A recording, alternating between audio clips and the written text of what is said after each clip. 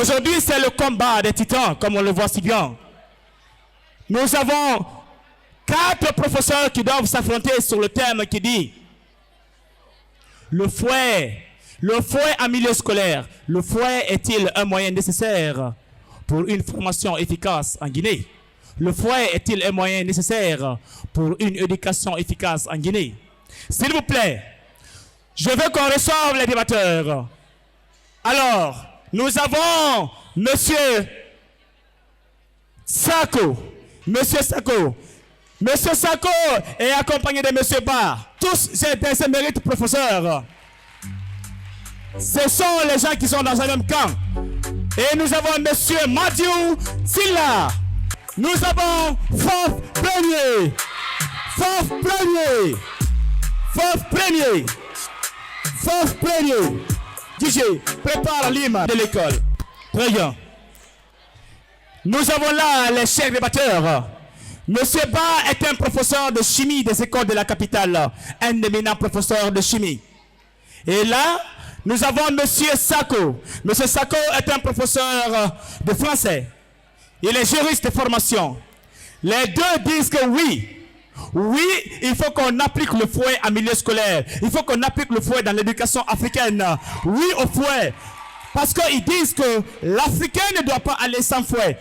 Et nous avons là, à ma droite, 2 personnalités qui sont composées de Fof Premier et de Madio Silla. Et ils disent non au fouet. Pour eux, on ne doit pas utiliser le fouet dans l'éducation africaine, que le fouet n'est pas bon. Alors, nous allons partir. Mais avant de partir, nous allons commencer par l'hymne de John Fitzgerald Kennedy. Tout le monde se lève.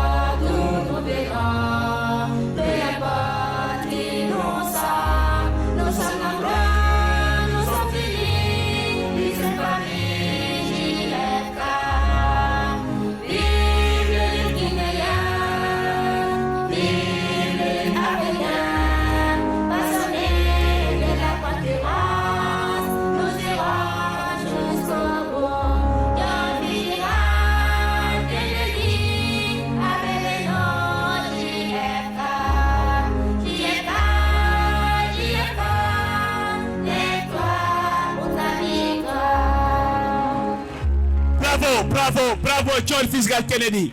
Merci. Bien.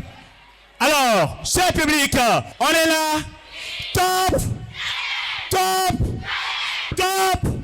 Dans Top Calais. Parce qu'il y aura pluie.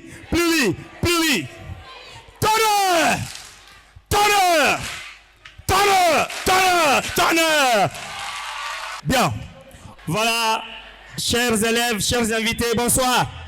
Si vous aimez votre école JFK, faites un maximum de bruit pour vous-même. Merci.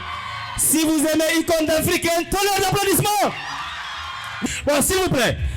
Bonsoir, élèves d'Icône. Merci pour la qualité d'accueil. Nous ne sommes pas seuls. Cette école est représentée aujourd'hui, la direction, la fondation est représentée par le proviseur du lycée que je demande d'acclamer très fort. Monsieur Dioufet, voilà, à vous de choisir. Voilà, merci. Voilà. Et surtout, avant de commencer l'événement, on va cadrer un peu les choses. Merci à nos hôtes, les élèves du groupe scolaire JFK, entendez John Fitzgerald Kennedy. Pour ceux qui ne le savent pas, c'est du côté de l'Ansanaya Barrage. Et merci à mes collègues, à nos collègues, puisque lui aussi, les journalistes au groupe Évasion, Guinée, à nos collègues techniciens, caméramans, encadreurs, et aussi au responsable commercial. Hassan, un maximum de bruit pour Hassan. Super. Et tous nos amis, nos invités, l'équipe de Tidjane, Éclair Média, maximum de bruit, les hommes du drone, maximum de bruit pour eux. Voilà, on applaudit pour l'initiateur de ce grand événement, il s'appelle Zobé. Merci bien. Mohamed Taslim Dramé, Lana Kourma, Karifa Dramé, Bangali. Je vous dis bienvenue dans Top Challenge. Je vous respecte beaucoup, beaucoup, beaucoup. Bien, on va lancer le débat. Je commence par ma gauche. L'équipe qui dit oui, il faut mettre le fouet. Monsieur Sako. Alors, selon vous, en quoi le fouet est indispensable dans l'éducation africaine? Bonsoir le public. Bonsoir chères personnalités de grandeur qui sont venues rehausser le niveau de ce débat que moi j'appelle la guerre des mots. Le fouet. Au centre de ce débat, des têtes se réunissent pour défendre des positions avec des citations. En littérature, il n'y a pas de mensonge, car la force des arguments pèse sur la balance. Le fouet. Et pourquoi le fouet d'abord? Certes, la résultante du fouet, c'est les pleurs. Mais pourquoi le fouet? Ma grand-mère disait à ma mère, et ma mère aussi me l'a enseigné, mon fils accepte de pleurer aujourd'hui pour rire demain. La vie d'un homme ne s'arrache pas dans un plateau d'or. Sans la moindre ambiguïté, mes frères qui me regardent dans les yeux et qui savent qu'ils sont à une position contraire à moi selon la logique du débat, mais ils savent bien que si il faut admettre la logique, ils devraient être de mon camp. Parce qu'ils ont bénéficié d'un encadrement de rigueur pour être aujourd'hui une fierté dans leur domaine de spécialité. Le fouet, ça fait mal. Mais je l'ai toujours dit, dans toutes les écoles où je suis passé pour enseigner, il ne se reste qu'un seul mot. De la maternelle en terminale, on ne frappe pas un élève. Mais de la maternelle en terminale, on frappe un imbécile. C'est qui est un imbécile? C'est celui qui est habillé en tenue, qui vient à l'école et qui se fout de toutes les lois de l'école. Naturellement. L'école a deux vocations, instruire et éduquer. Quelle image voulez-vous donner à quelqu'un qui a un diplôme de savoir avec une mauvaise moralité? C'est là où l'intervention du fouet. On l'a tous haï. On l'a tous haï, voilà, comme les biens. Et dit que l'intervention du fouet est nécessaire parce qu'on ne sanctionne pas les élèves, mais plutôt les imbéciles.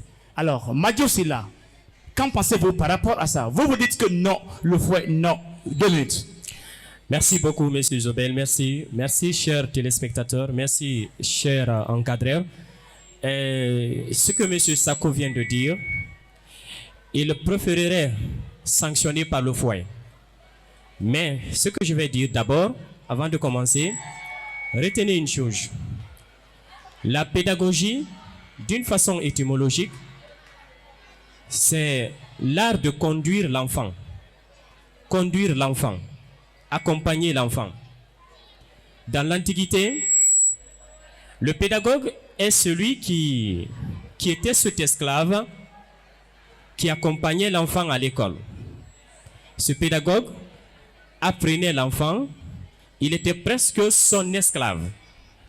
Alors aujourd'hui, nous enseignants, nous devenons alors des esclaves de ces enfants.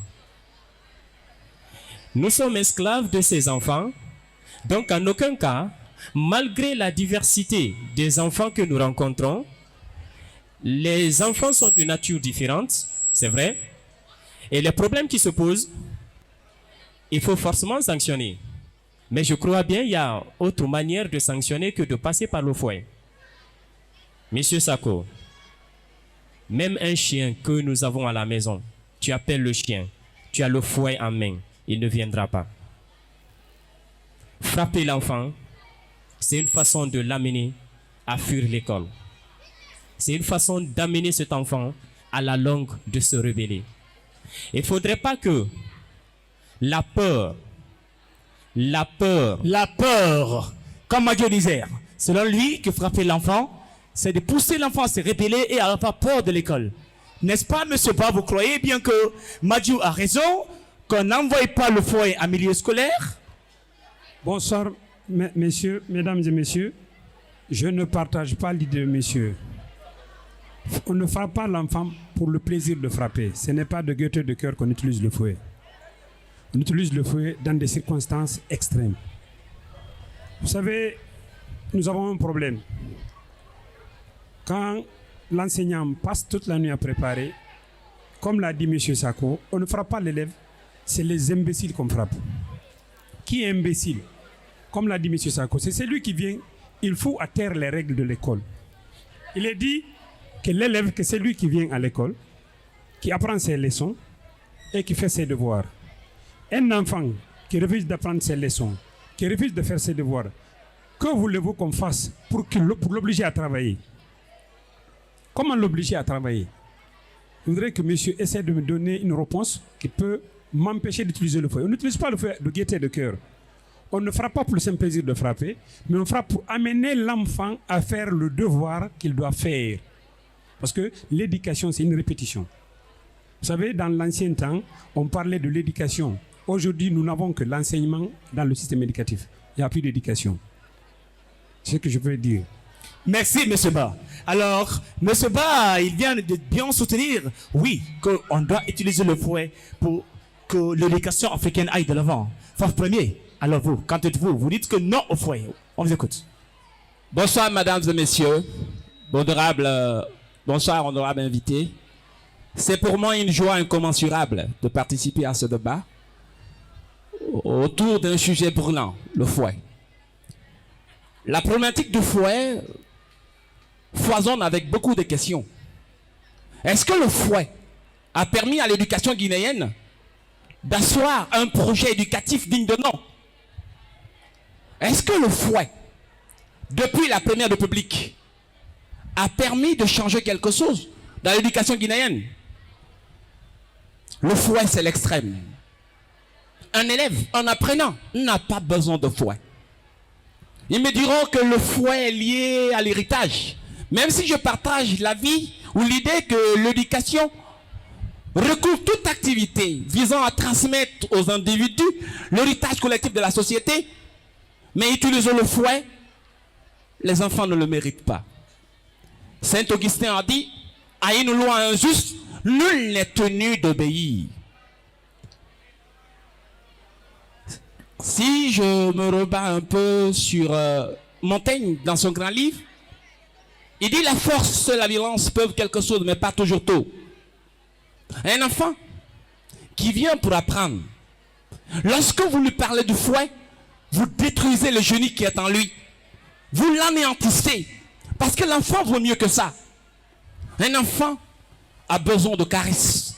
Il y a tellement de sanctions. Nous sommes à une ère de la globalisation, de la mondialisation, de l'internationalisation des pensées. Un moment où il y a l'effervescence dans les mentalités. Un moment où il y a le bombardement des images. Et je me dis qu'on n'a pas besoin de fouet, M. Jobel. Je me dis qu'on n'a pas besoin de fouet parce que nous sommes dans un monde où on doit lutter. Monsieur Sako, à vous la parole. Qu'en pensez-vous? Il est mieux de répéter la vérité 1000 fois que de mentir une fois. Le fouet. Je vous ai dit et je le réitère. Le fouet, on ne frappe pas un élève par plaisir comme un exercice. On frappe l'élève qui refuse d'obtempérer aux règles établies par l'institution qu'on appelle l'école. Disaient les frères Desmond et Gilles, les enfants sont la crème.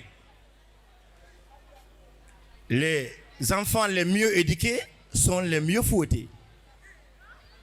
Moi qui vous parle, je n'ai pas besoin de revenir sur mon passé, mais je remercie très sincèrement mes encadreurs qui m'ont eu à l'école primaire.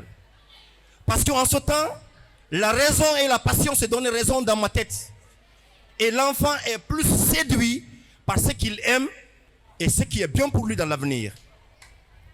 Imaginez qu'on dépose face à un enfant un livre ou un téléphone iPhone. On lui demande de faire le choix entre se connecter et lire un roman de Keremone Nambo. Naturellement, le plaisir du cœur voudrait qu'il se connecte de l'X-or à l'infini, disons. Mais très malheureusement, vous allez voir que dans son temps de connexion, ça nous rapporte peu le fouet. Pas par plaisir, pas par injustice, pour bien orienter l'enfant, car l'enfant ne sait pas ce qui est bon pour lui, mais ce qu'il est de lui au présent. Je vous en prie. Merci, M. Sako. Ouais, Madiou Silla. Alors, qu'en dites-vous? Merci, M. Sako. Ça, c'est les toutes dernières interventions. M. Sako, j'aimerais vous rappeler que l'enfant, l'obéissance ne doit pas résulter de la peur de fouet. Sinon, à la longue, cet enfant serait irresponsable. Ce que vous dites, vous pensez que frapper l'enfant, c'est ce qui peut l'amener. Peut-être que vous avez été beaucoup frappé, mais nous avons tous été frappés. Mais moi, je pense, beaucoup de nos amis ont abandonné l'école parce qu'ils avaient peur de fouet. Si ces enfants, on aurait passé peut-être par autre forme de sanction, la punition, priver l'enfant de ce qu'il aime, surtout ça, priver l'enfant de ce qu'il aime. Il faut savoir, il faut créer l'amour. Il ne faudrait pas que nous confondions amour et violence. Il ne faudrait pas que les enfants mettent en tête, parce que la main qui caresse, c'est la même main qui frappe. C'est la confusion. Cet enfant serait confus dans la tête. Alors, moi je pense, à mon humble avis, on doit avoir d'autres formes de sanctions que de passer toujours par le fouet. Et cela impacte les neurones et ça affecte le quotient intellectuel de l'enfant. Monsieur Sako. Madiou dit que ça affecte le quotient intellectuel de l'enfant en utilisant le fouet. Monsieur Ba. Merci. Mais je pense que M. Madou est en train de confondre vitesse et précipitation. Nous n'utilisons pas le fouet pour gâter les enfants. Comme l'a dit mon professeur M. Sako, c'est à l'extrême qu'on utilise le fouet. Et il n'est pas toujours indispensable. C'est lorsque nous sommes devant un enfant têtu, perturbateur et difficile à encadrer. Tu prends un exemple sur nous qui avons eu la chance d'étudier avant. Monsieur a dit que depuis le temps du secteur, qu'est-ce que l'éducation, le fouet a donné à l'éducation? Le fouet a donné beaucoup à l'éducation. Prenez les cadres qui ont été formés avant 2000. Prenez les cadres formés après 2000. Il y a une différence notoire entre les deux. Non seulement au niveau de la conscience, au niveau du niveau académique, mais aussi au niveau de la sagesse. À partir de 2000, on a fait un saut dans l'inconnu. Nous avons voulu nous habituer au système, comme l'a dit monsieur, à la mondialisation, en oubliant que nous avons nos coutumes et nos mœurs dont nous devons faire face. Nous ne devons pas sauter dans l'inconnu en pensant qu'en adoptant ce que les autres nous ont imposé, oublier ce que nous avons, nous tendons vers la perdition.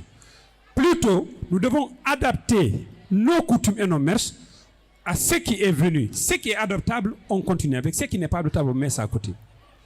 Le fouet, je soutiens qu'il soit utilisé, mais pas abusivement, pour les imbéciles, pour les élèves qui ne veulent rien faire. Parce que l'éducation, c'est quoi? C'est une répétition. Si on ne répète pas, on ne fait pas répéter l'enfant, il ne va pas comprendre. Alors, pour ne pas être très long, ce que je voudrais dire, le fouet est indispensable à l'école pour la bonne marche. Merci, monsieur Ba. Merci, monsieur Ba. Oui, alors, force première pour clôturer la partie. Malheureusement, nous sommes pris par le temps. Mesdames et messieurs, il suffit d'écouter nos adversaires et de comprendre que ramener le fouet dans nos concessions scolaires, que tout va passer à la perfection. Mais aucune vérité humaine ne peut être dérobée au regard humain. Le fouet. Rien qu'en pensant au fouet, en parlant du fouet, mon cœur saigne. Mon cœur saigne. Je vais vous raconter une histoire. Un jour, je suis passé à la commune de Ratoman et je crois que c'est M. Calva qui était directeur communal à l'époque. J'ai trouvé un problème sur la table du directeur communal. Un monsieur, pris par excès de colère, voulant frapper un garçon qui avait fauté, le fouet a pris la vue à une fille.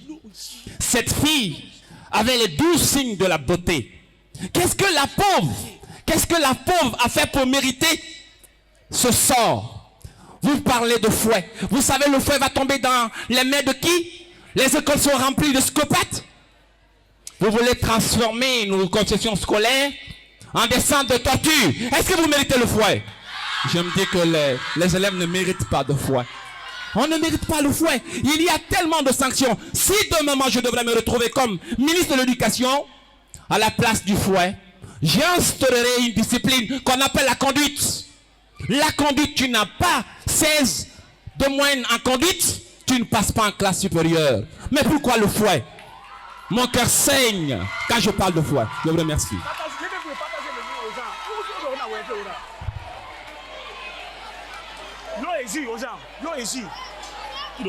Bien. Fof. Alors, cher public, comme vous le voyez si bien, les gens viennent de s'affronter et alors, malheureusement, on aimerait que ça prenne du temps. C'est tout. Mais malheureusement, on est pris par le temps parce que tout simplement, on a démarré un peu tardivement. Voilà pourquoi nous allons acclamer pour ce débatteur, s'il vous plaît. Plus de bruit. Alors, merci pour ces professeurs que je respecte tant. Merci pour ces professeurs que nous aimons tant. Nous allons alors passer à l'étape suivante, qui est celle des questions et réponses. Merci, monsieur. C'est beau. Je vous aime.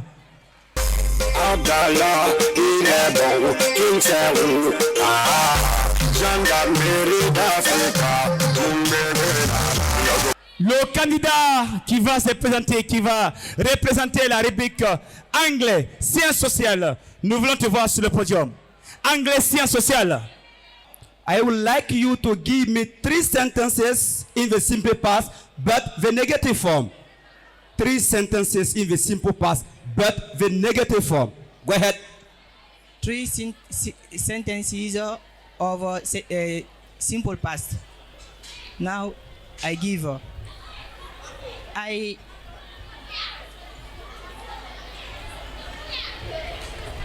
Any problem? Can I repeat again? Yes, you repeat. I said that give me 3 sentences in the simple past, but the negative form. I did wrote my letter, my message last Monday.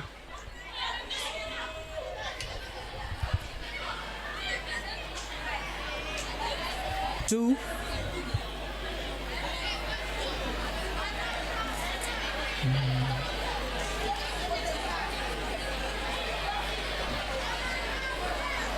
I drove my car.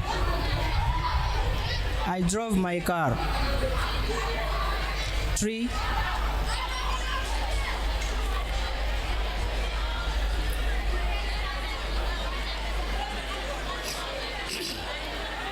You can't speak me.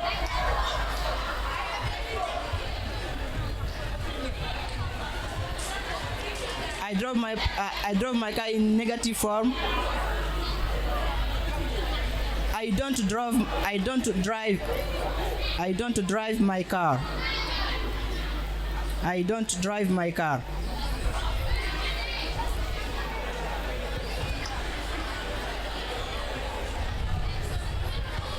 Is it all, please? What? Is it all that you want to say? Is it finished? Is it over? Your questions? No. Okay. Hurry up.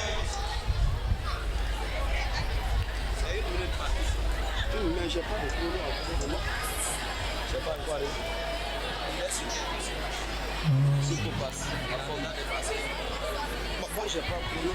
sa première question. Ah ouais, c'est bon. Le temps est fini. Il prend une deuxième question. Ok.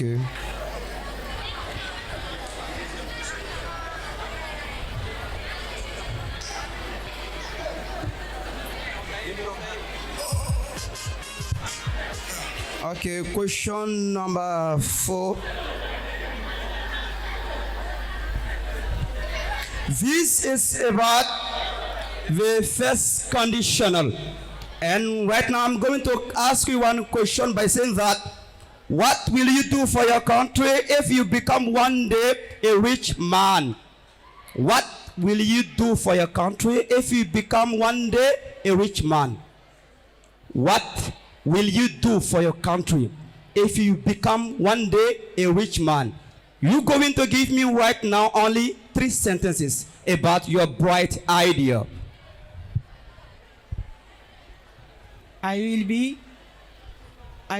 a new president of my country. Listen to me carefully, please. I repeat once again. I said, what will you do for your country if you become one day a rich man? Now I need 3 sentences only from your bright idea. If I finish my studies, I will be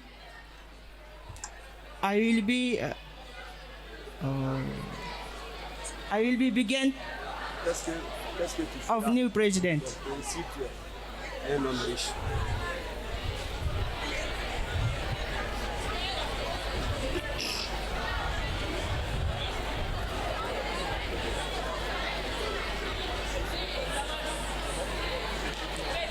Okay, it's over. It's okay now. Ok, merci les anglophones. On donne place aux physiciens. Merci. Thank you very much. Merci. La physique. La physique. Voilà. Monsieur, allez, 1 minute par question.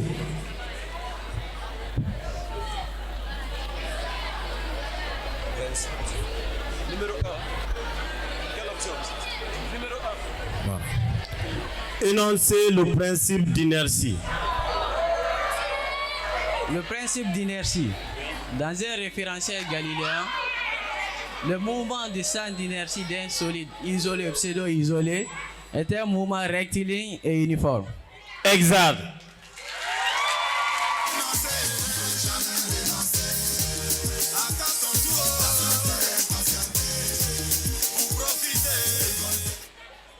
Numéro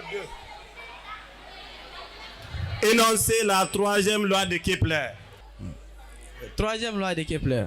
Pour toute planète, le rapport entre le cube du demi-grand axe par rapport au carré de sa période de révolution est une constante. Exact. C'est bon. C'est le candidat de la mathématique science expérimentale. Mathématiques science expérimentale. C'est Mademoiselle Sherif. Bien.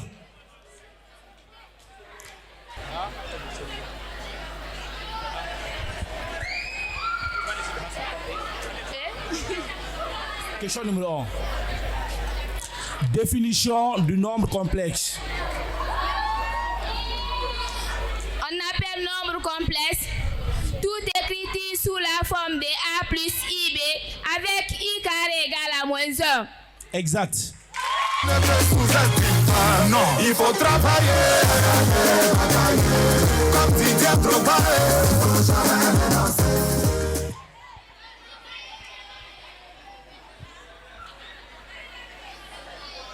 Question numéro 3.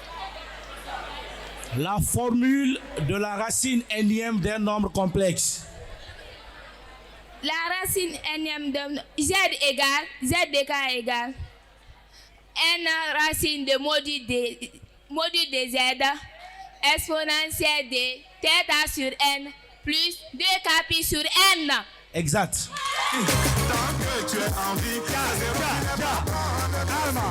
La biologie. Hassan Sidibé.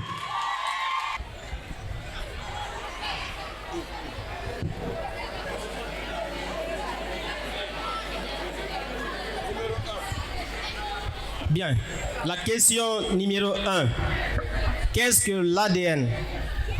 L'ADN se définit comme tel, acide désoxyribose nucléique. Exact.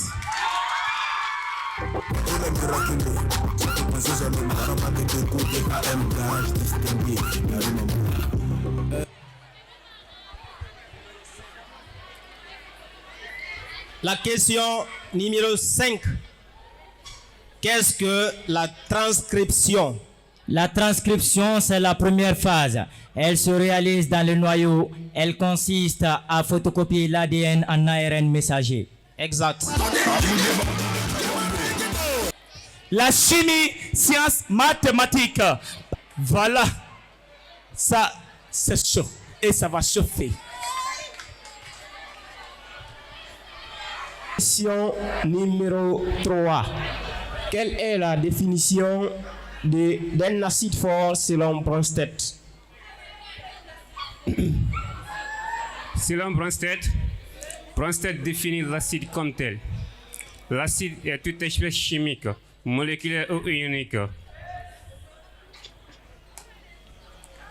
qui est susceptible de céder au moins un proton H+. Exact. Chili bam bam, chili bam bam, chili bam bam, chili bam. Come on your line. Question numéro 4. Quelle est l'expression du pKa d'après Anderson? D'après Anderson, l'expression du pKa.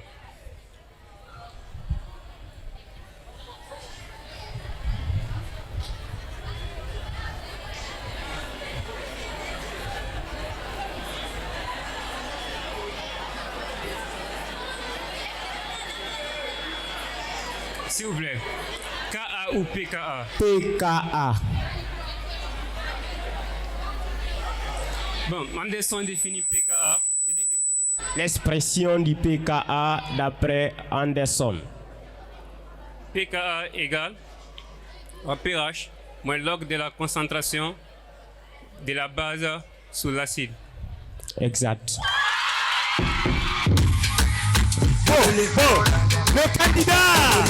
Le candidat de la mathématique, sciences mathématiques. Bien, ça c'est Togomo. Nous sommes au groupe scolaire John Fitzgerald Kennedy à Lansana, dans la commune de Matoto. Numéro 5. Énonce-moi le théorème de Bézout. Le théorème de Bézout. Soit A, B, deux entiers naturels, deux entiers relatifs. A est divisible par le théorème de Bézout. Soit A et B, deux entiers relatifs. Deux entiers.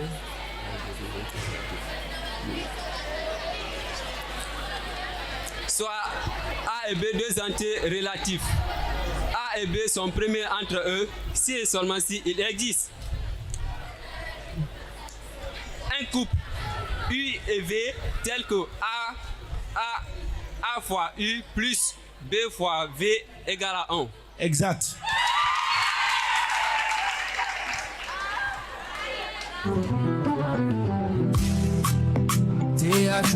Quel est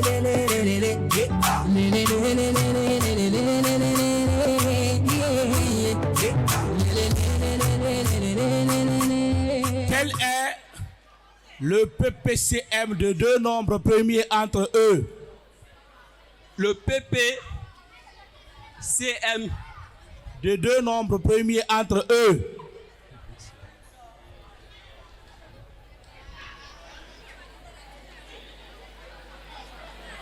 Le PPCM de deux nombres premiers entre eux, c'est 1. Non. Le candidat de la physique, sciences, mathématiques, en l'occurrence Cissé. Oh, Braïla. Le candidat de la physique, sciences, mathématiques. Bien. La 10e année se prépare.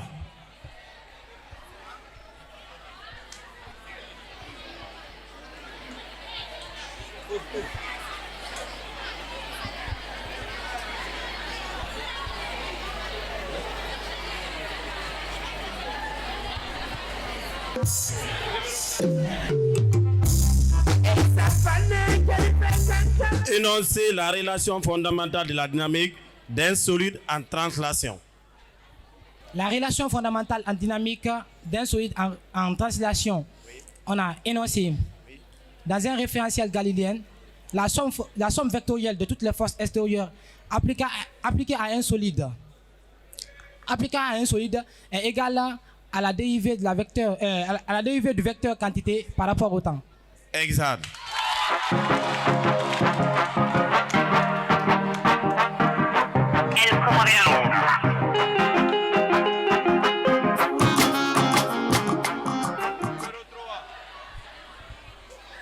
Énoncer la loi de gravitation universelle.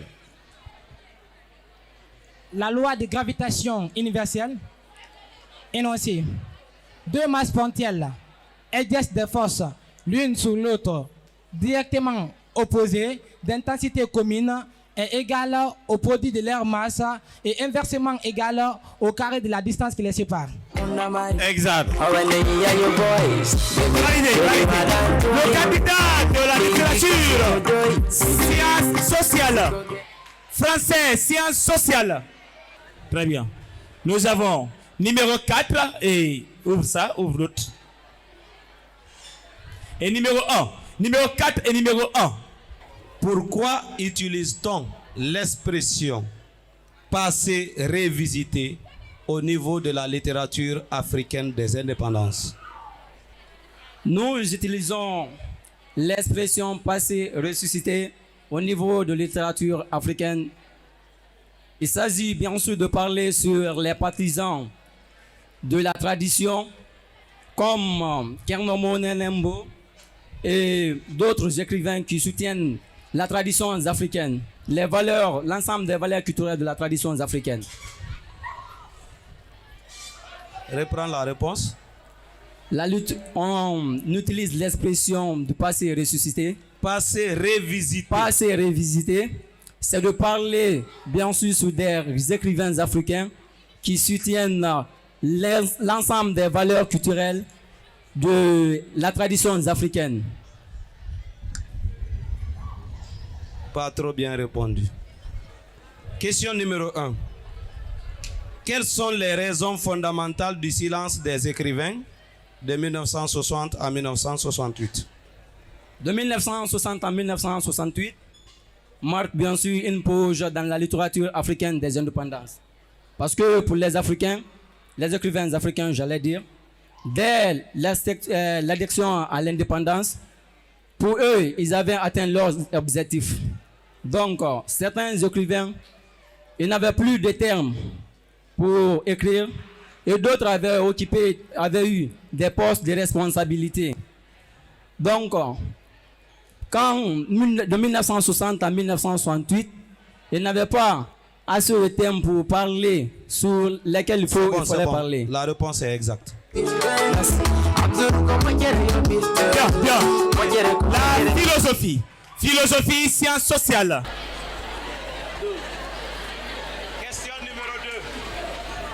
Question numéro 2. Faites la différence entre l'art et la technique. Question numéro 2. Faites la différence entre l'art et la technique. Certes, nous pouvons définir l'art comme une activité créatrice du beau. Et quant à la technique, ça dérive du grec. Tout simplement techné, qui est égal à technicité, savoir-faire ou habileté, qui consiste à toute transformation de la matière pour satisfaire aux besoins de l'humanité. Bonne réponse. Merci.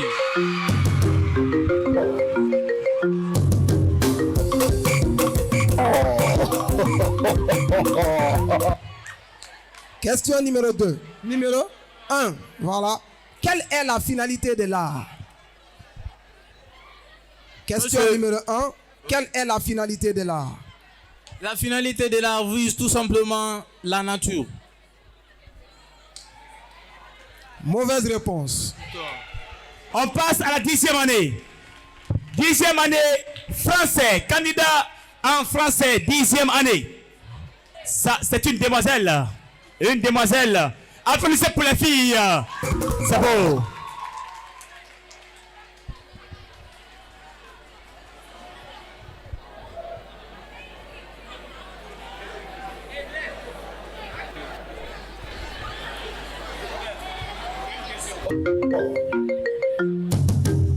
Qu'appelle-t-on homophone? Les homophones sont des mots qui se prononcent de la même façon, qui ne s'écrivent pas de la même manière et qui n'ont pas le même sens. La réponse est bien répondue. Mathématiques, 10e année. Voilà le mathématicien grec.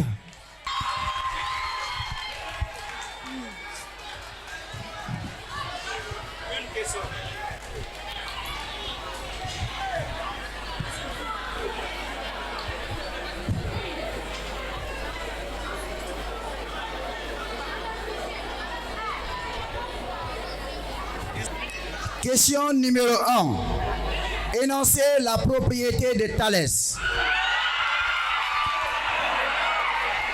Question numéro 1. Énoncez la propriété de Thalès. AB est un triangle. ABC est un triangle. M étant un point de la droite AB et M' étant un point de la droite AC. Si M et M' sont parallèles à BC, alors AB sur AM sur AB égale à AM' sur BC, sur AC. On reprend. ABC est un triangle. M étant un point de la droite AB et M' étant un point de la droite AC. Si M et M' sont parallèles à BC, alors AM sur AB égale à AM' sur AC. Exact. C'est beau, c'est beau. Merci, merci, merci.